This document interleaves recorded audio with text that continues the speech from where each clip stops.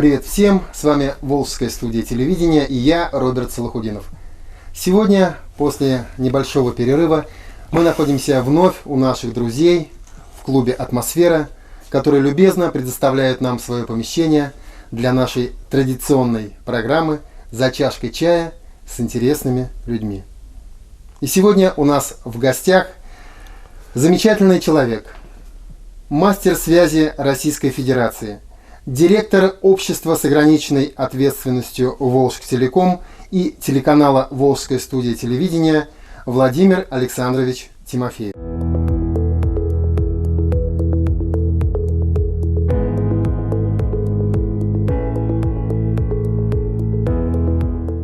Очень приятно, что сегодня мы беседуем именно с вами на нашей Волжской земле.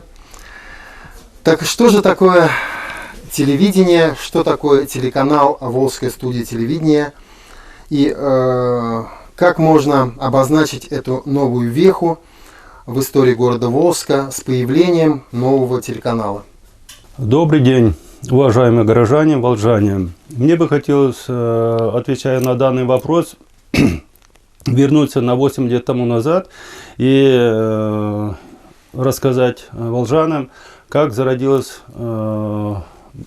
общество с ограниченной ответственностью «Волжтелеком», которое было зарегистрировано в налоговой инспекции города Волжска. И мы в основном свою работу проводили в районе машиностроителей в течение 8 лет. Но время проходит, люди меняются, времена меняются. В соответствии с этими изменениями в 2018 году решили создать Волжскую студию телевидения. Волжская студия телевидения учредила Волжтелеком, который является головным предприятием, а Волжская студия телевидения, которая получила в августе 2019 году лицензию средств массовой информации, и впервые вышла передача 20 сентября 2019 года. Хотелось бы подчеркнуть, именно учредителем Волжской студии телевидения является Волжтелеком. Но в то же время хотел бы для волжан разделить такие моменты. Волжская студия телевидения – это производство продукции, у которой есть свой устав, свой штат.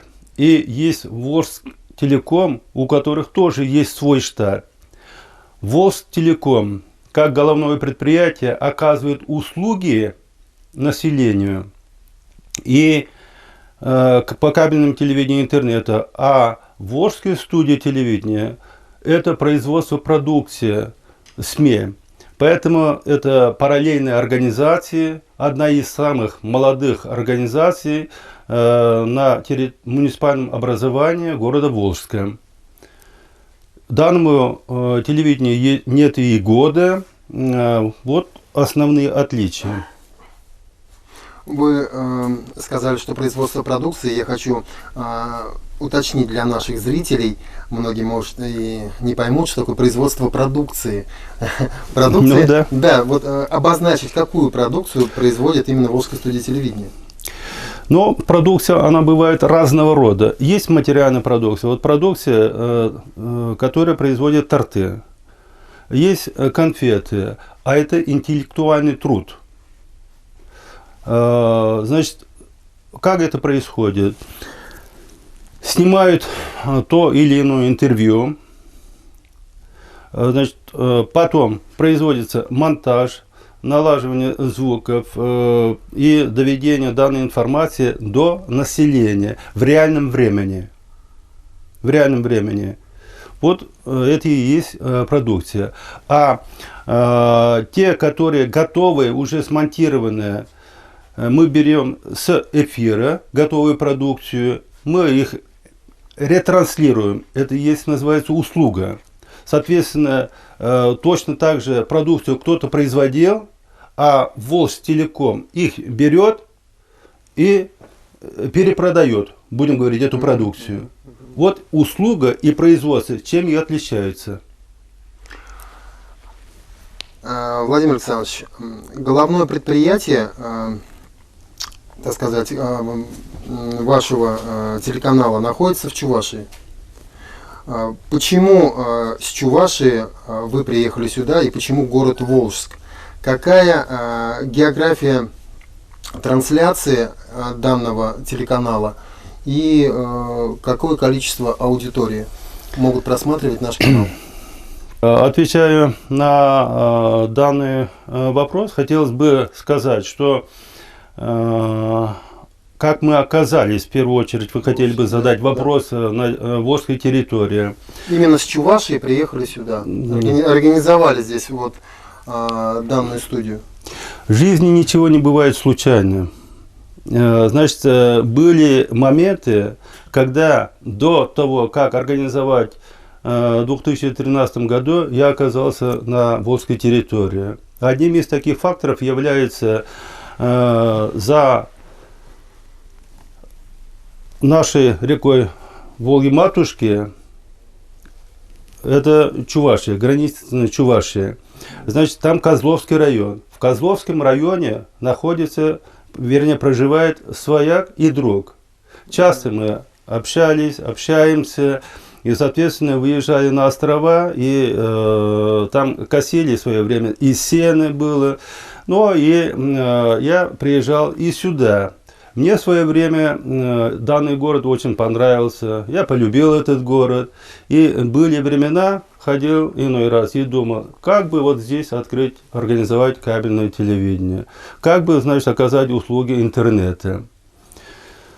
Но и настал тот момент, когда я все-таки же созрел и решил свободные деньги, когда появились у меня, вложить на территорию города Волжск, муниципального образования.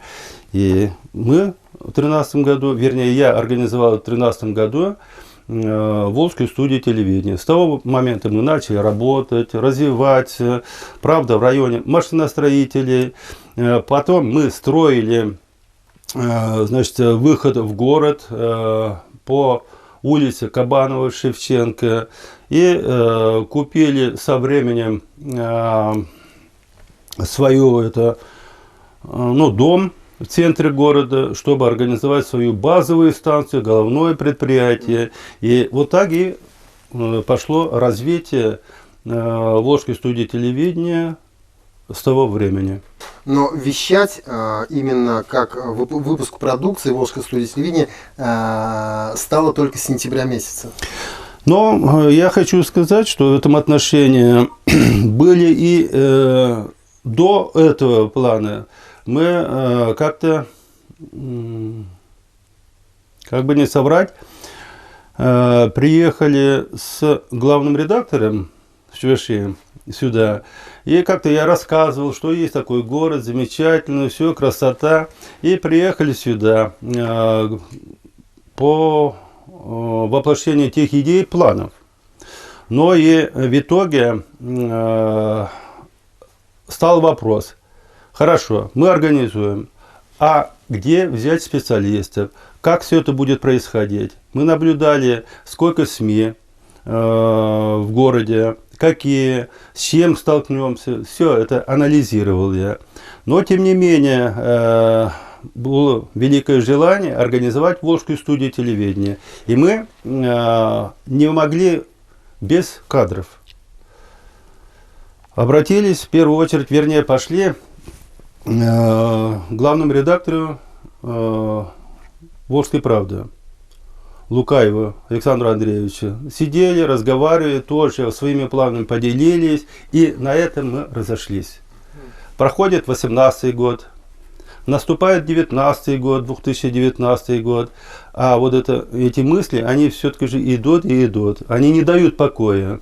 И вот, наконец-то, цель поставлена, их надо воплощать в реальную жизнь. И вот, все-таки же я помню, в марте или в апреле месяце мы все-таки же подали документы на получение лицензии. И вот получили в августе месяце 2019 года, после этого уже 20 есть возможность работать на коммерческой основе, после этого начали работать и набрали штат, и выходят передачи с того момента, с 20 сентября 2019 года. Ну, чтобы наш зритель понимал, что Владимир Александрович не новичок в этом деле, хотелось бы задать вопрос. Насколько мы знаем, что сеть в Чувашии у вас очень хорошо развита. Вот расскажите немножко, насколько она развита, какое количество аудитории и сколько районов охватывает ваша сеть? Сколько лет она уже существует? По сути дела, я в области связи работаю уже более 20 лет.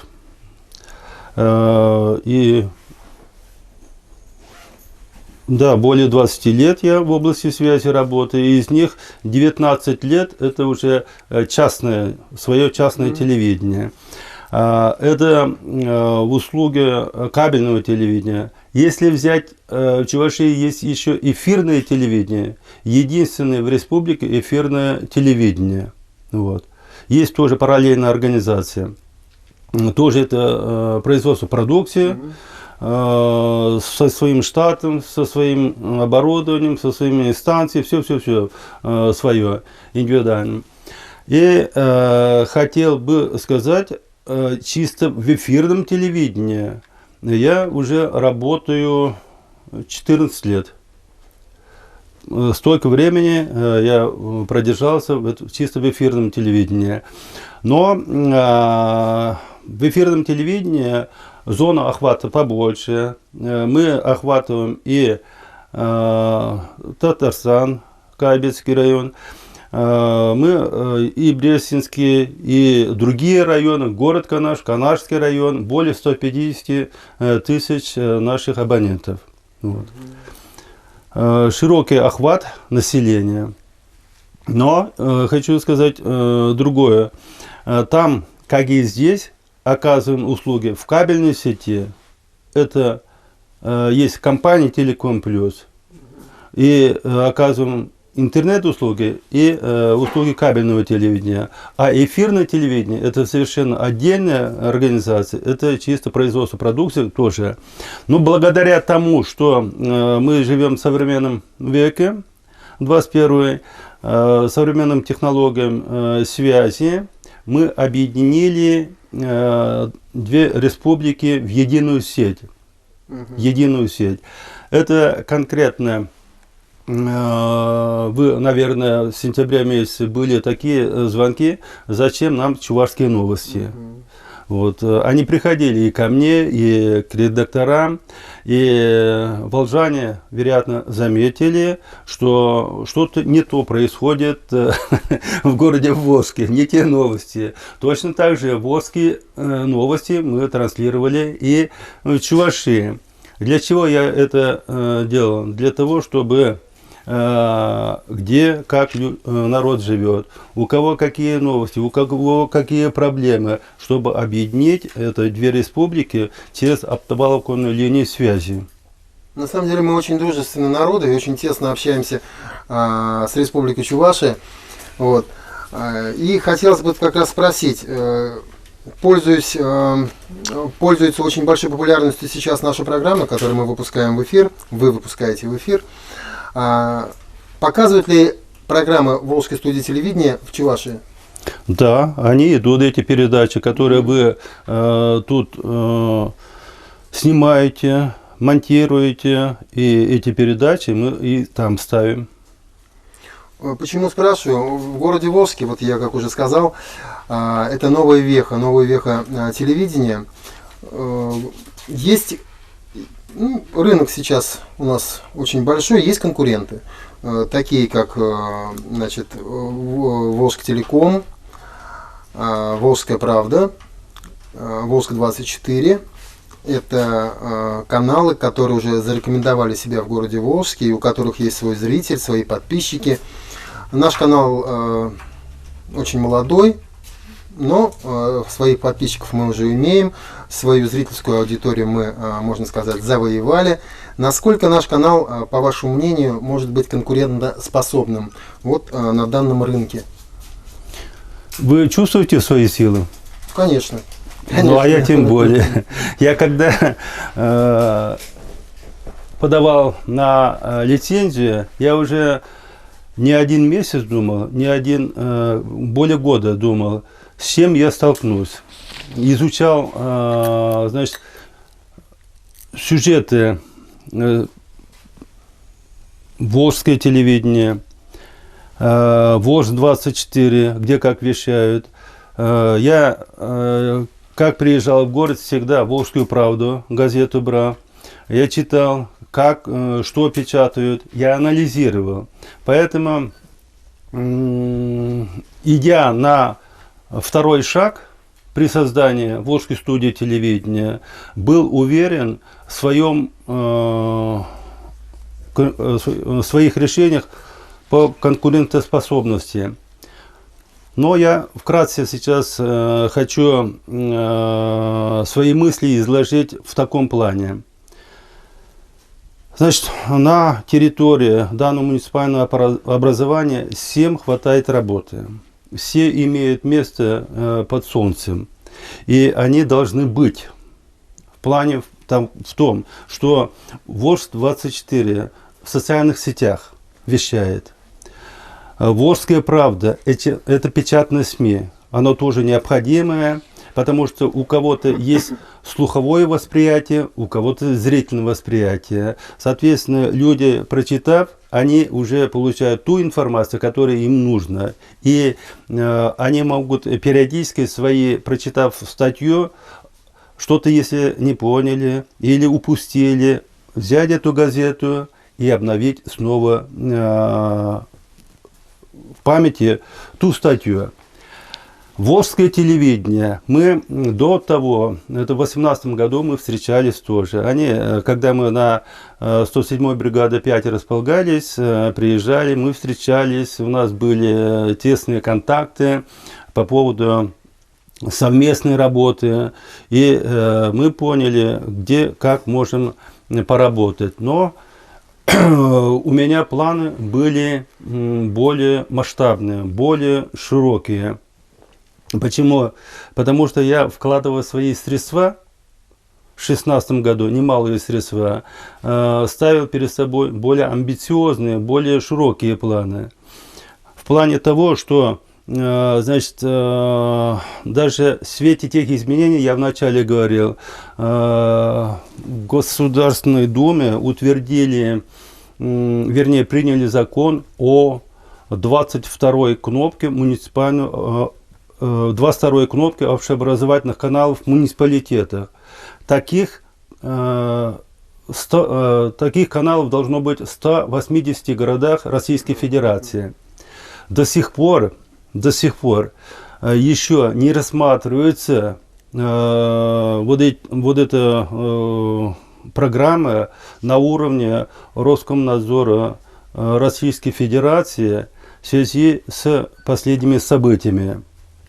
Здесь вопрос стоит в том, что первое, то, что я хотел бы подчеркнуть, город Волжск красивый, молодой, люди открытые и большие перспективы у города. Когда я вот ее создавал, и в связи с этим у меня были планы, сразу создав, войти в данную программу. Но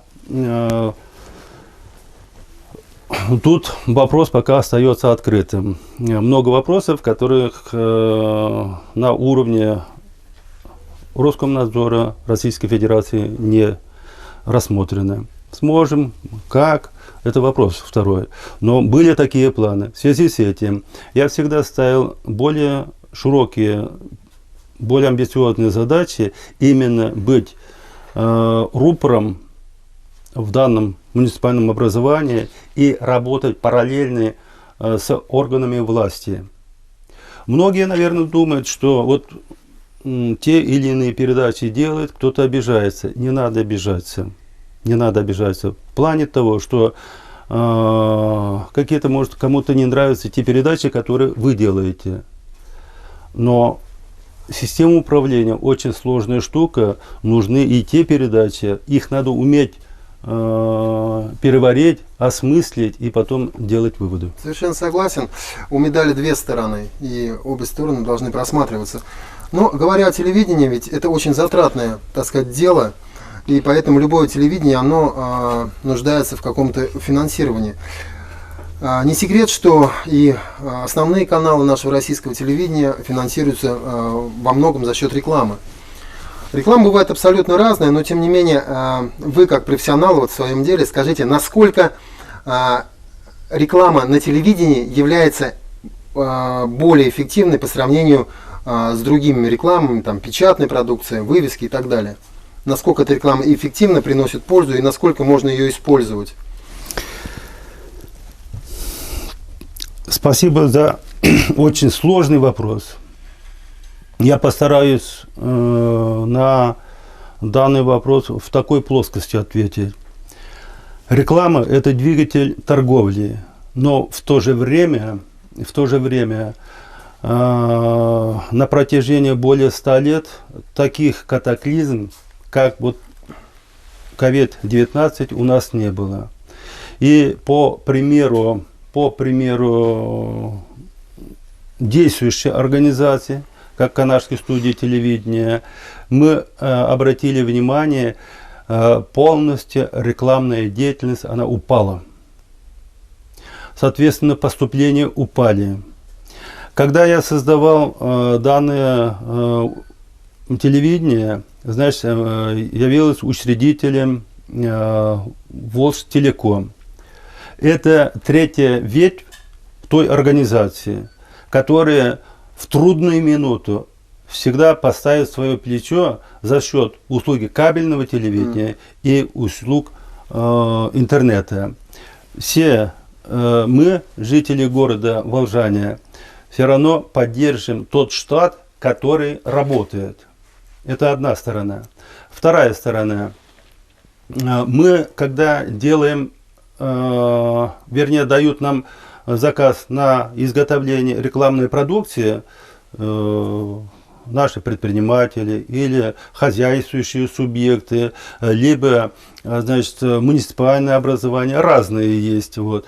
Тогда вы приходите, снимаете, вы видите, что есть продукция, вы их смонтировали и показываете конкретно нашим зрителям. И зритель видит своими глазами, что да, есть такая продукция, но тот предприниматель, у которого, допустим, маленькое производство, либо ему на работу за товаром ехать, то все, он не в состоянии везде оббегать город и рекламировать свою продукцию, чем и рекламодатель помогает, значит, телевидению, а телевидение расширяет информацию, доводит до всех зрителей, безусловно, вот и происходит взаимообмен.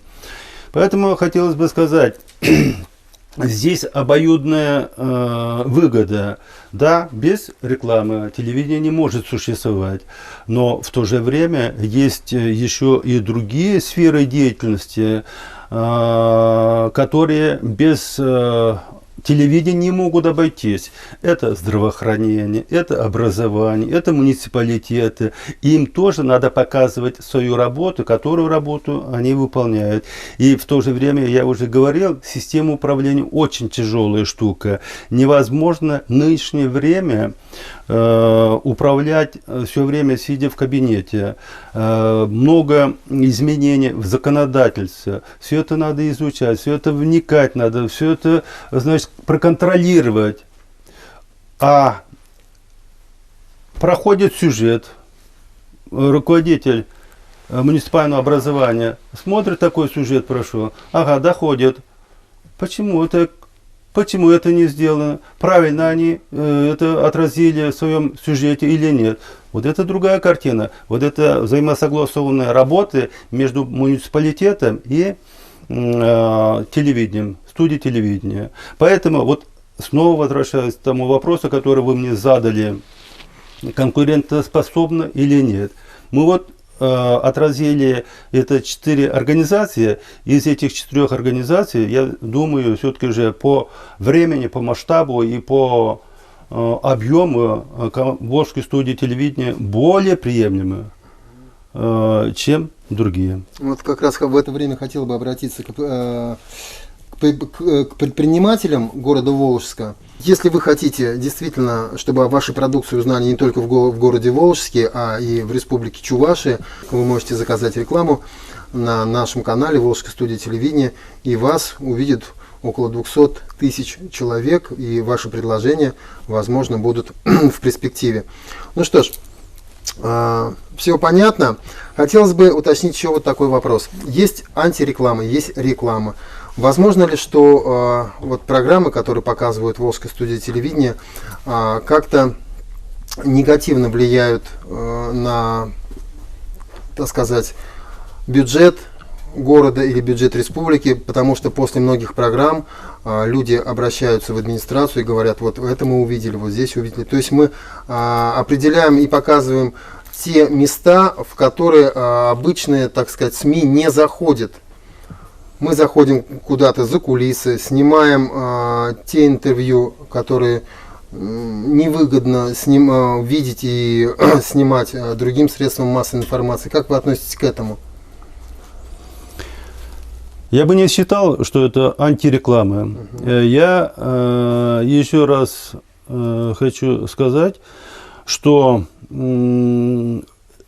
Волжская студия телевидения открыта и доступна для всех.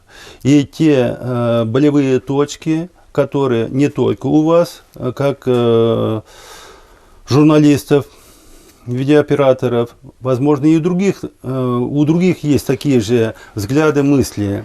Их надо отразить, их надо показывать. И, безусловно, не стоит на это обижаться.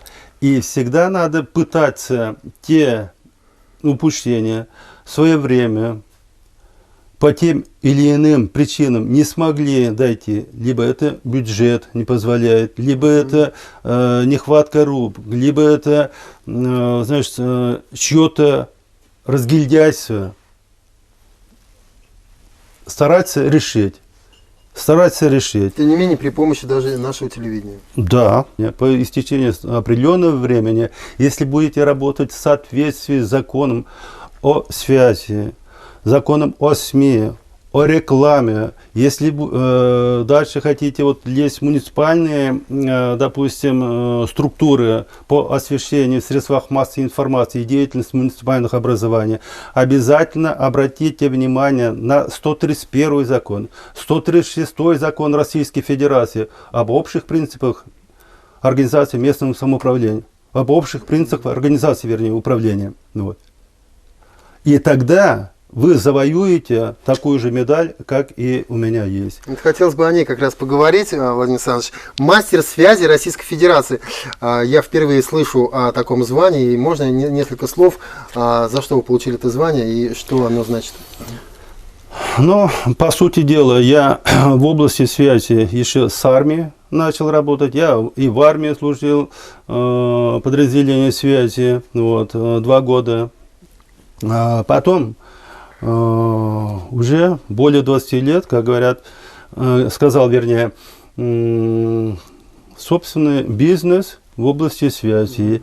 И построил я в Чувашской республике 4 муниципальных образованиях линии связи, только за счет собственных средств.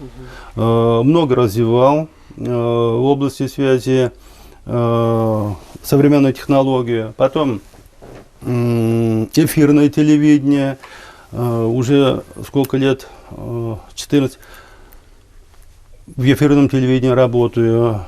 Всегда работал в органы власти муниципального, городского, районного, республиканского масштаба. Всегда приглашали и на разного рода совещания. И, видать, люди посмотрели, пригляделись и поэтапно продвигали и меня к этой награде.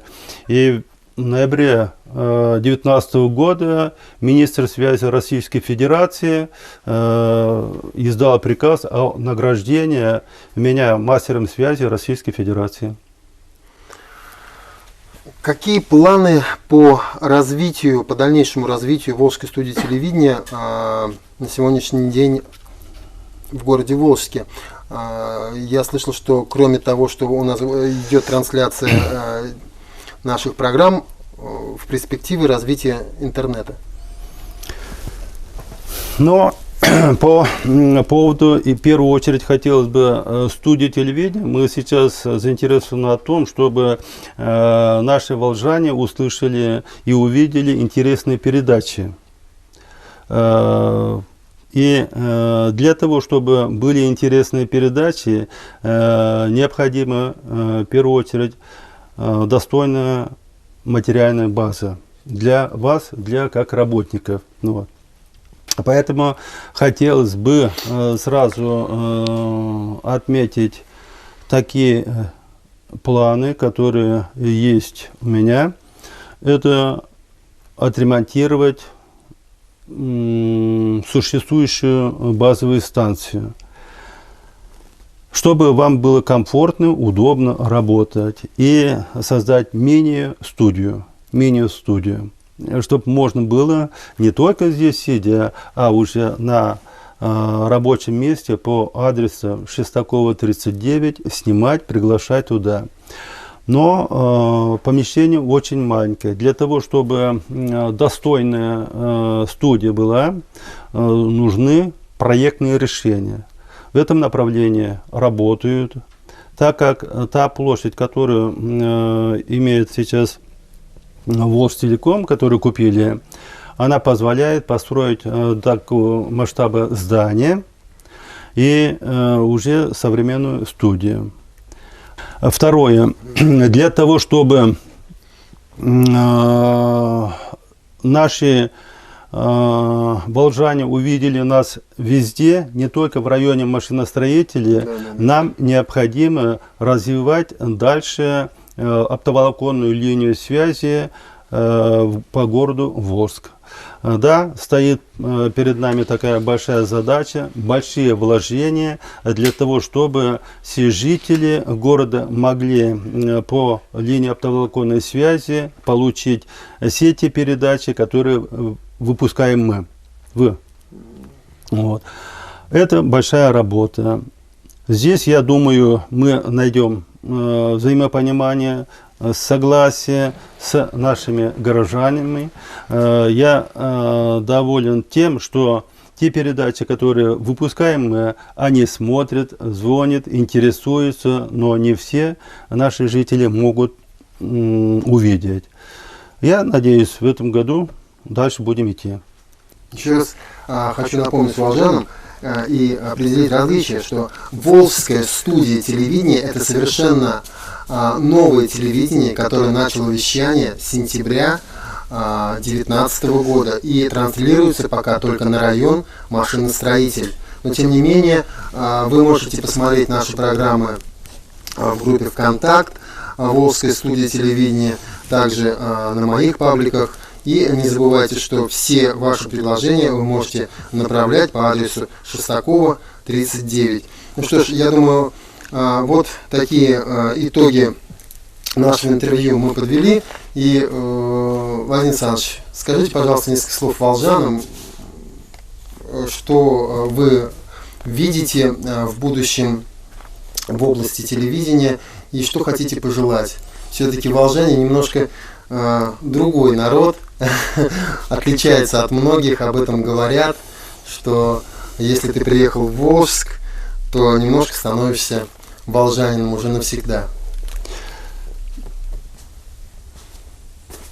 Если, конечно, ответить на данный вопрос, на